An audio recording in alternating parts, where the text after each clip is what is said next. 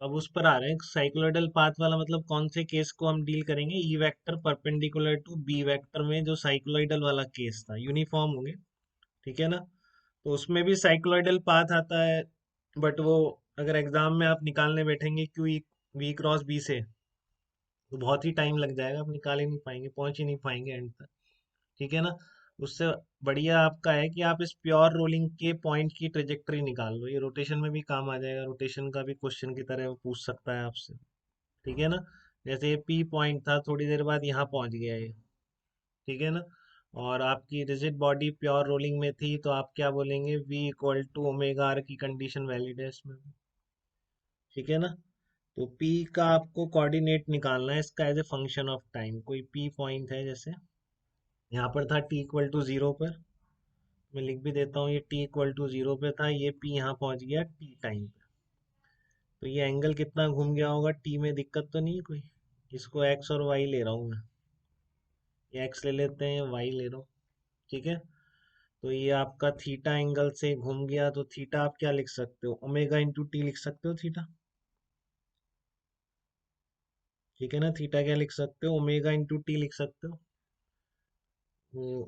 और इसका कोऑर्डिनेट भी लिख पाएंगे क्या, इसका एक्स और वाई, देखो ये एक्स कोऑर्डिनेट कहलाएगा क्या इसका, देखना एक बार, ये एक्स कोऑर्डिनेट दिख रहा है क्या की टाइम पे, और वाई कोऑर्डिनेट जो होगा वो यही हाइट होगी क्या पी पॉइंट का, जो वाई कोऑर्डिनेट होगा,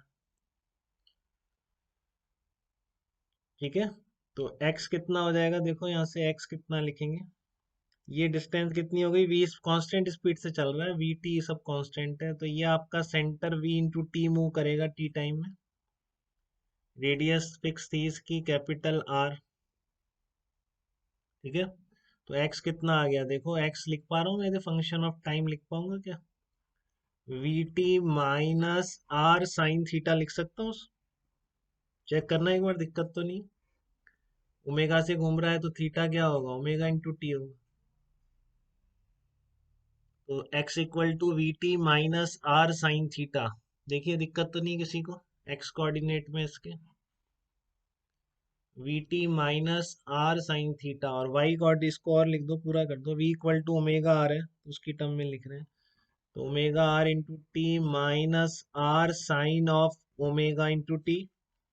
तो यहाँ से r बाहर निकाल लिया, क्या बन गया अंदर, omega T minus sine omega T, ये x कोऑर्डिनेट आ गया, ये आपकी इक्वेशन नंबर वन बोल दूं उसको मैं। देखो X coordinate as a function of time आ गया, ओमेगा एंगुलर वेलोसिटी है इसकी, आर रेडियस है, वो सब पता है आपको। Y coordinate as a function of time लिख सकता हूँ क्या, वाई कोऑर्डिनेट क्या बोलूंगा, R minus R cos theta बोलूंगा, R minus R cos theta, तो कितना हो गया, आर वन माइनस थीटा कितना आ जाएगा, ओमेगा इंटू टी आ जाएगा, तो वाई आ गया आपका R one minus cos omega into T, ये इक्वेशन नंबर टू हो गई, देखो एक बार दोनों एक्स और वाई, ठीक है ना। तो सेम इक्वेशन आती है बेटा, सेम बिल्कुल सेम आएगी, बस आपको ये कांस्टेंट कैपिटल आर को रिप्लेस करना पड़ेगा, ठीक है ना। साइक्लोइडल मोशन में जो इक्वेशंस अभी हम निकालने वाले हैं, तो मैं उसका आर इक्विवेलेंट यहाँ पे लिख रहा हूँ, for magnetic field, magnetic field plus electric field case, magnetic plus electric field case, capital R को किससे रिप्लेस कर देना, अब आपको याद रहती है तो याद रख लो, नहीं इससे निकालने में भी 2 मिनट का ही काम है, याद नहीं रह रही है कोई दिक्कत नहीं, यहाँ पे लिखा आपने थीटा ओमेगा टी बनाया, 1 सेकंड में दिख जाएगा, एक्स कितना है V T minus R sine theta, और वो कितना है आपका Y coordinate R minus R cos theta, तो 1 सेकंड में कोई याद नहीं रखना है आपको, ध्यान रखें बस, तो निकाल ही लेंगे, ठीक है ना। बस इसका इक्विवेलेंट याद रखो, नहीं फिर वही करोगे प्रोसेस पूरी, तो वो तो एग्जाम में नहीं होनी है बेटा, क्वेश्चन आ गया तो यही चाहता है कि ये पता है कि नहीं आप, ठीक है ना।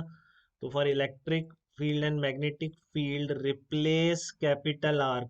तो रेडियस है, तो वहां ऐसा कुछ चीज नहीं है, वहां तो क्या है आपकी electric field intensity, magnetic field intensity, ये सब है, तो इसको किससे रिप्लेस कर देते हैं, E nought upon B nought omega से रिप्लेस कर देंगे, अगर uniform field E nought B nought perpendicular है, ठीक है ना। तो जो पार्टिकल की ट्रेजेक्ट्री आपने रिलीज कर दिया ओरिजिन से, बहुत ही स्पेसिफिक केस के लिए सब ध्यान रखेंगे। जनरल आ गया तो वो आएगा ही नहीं, हो ही नहीं सकता हमसे, कैसे भी नहीं आ सकता। बट एक स्पेसिफिक केस जब आपने ओरिजिन पे रिलीज किया, जैसा भी हम डील कर रहे थे बिल्कुल,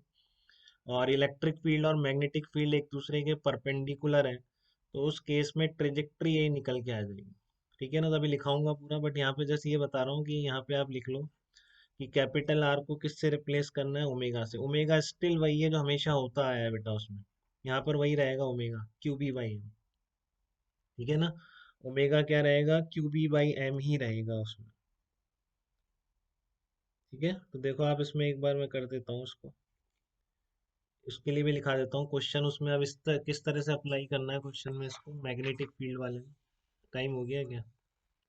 चलो अपन कल कर लेंगे। ऐसे 9 बजे क्लास है ना आपकी केमिस्ट्री की?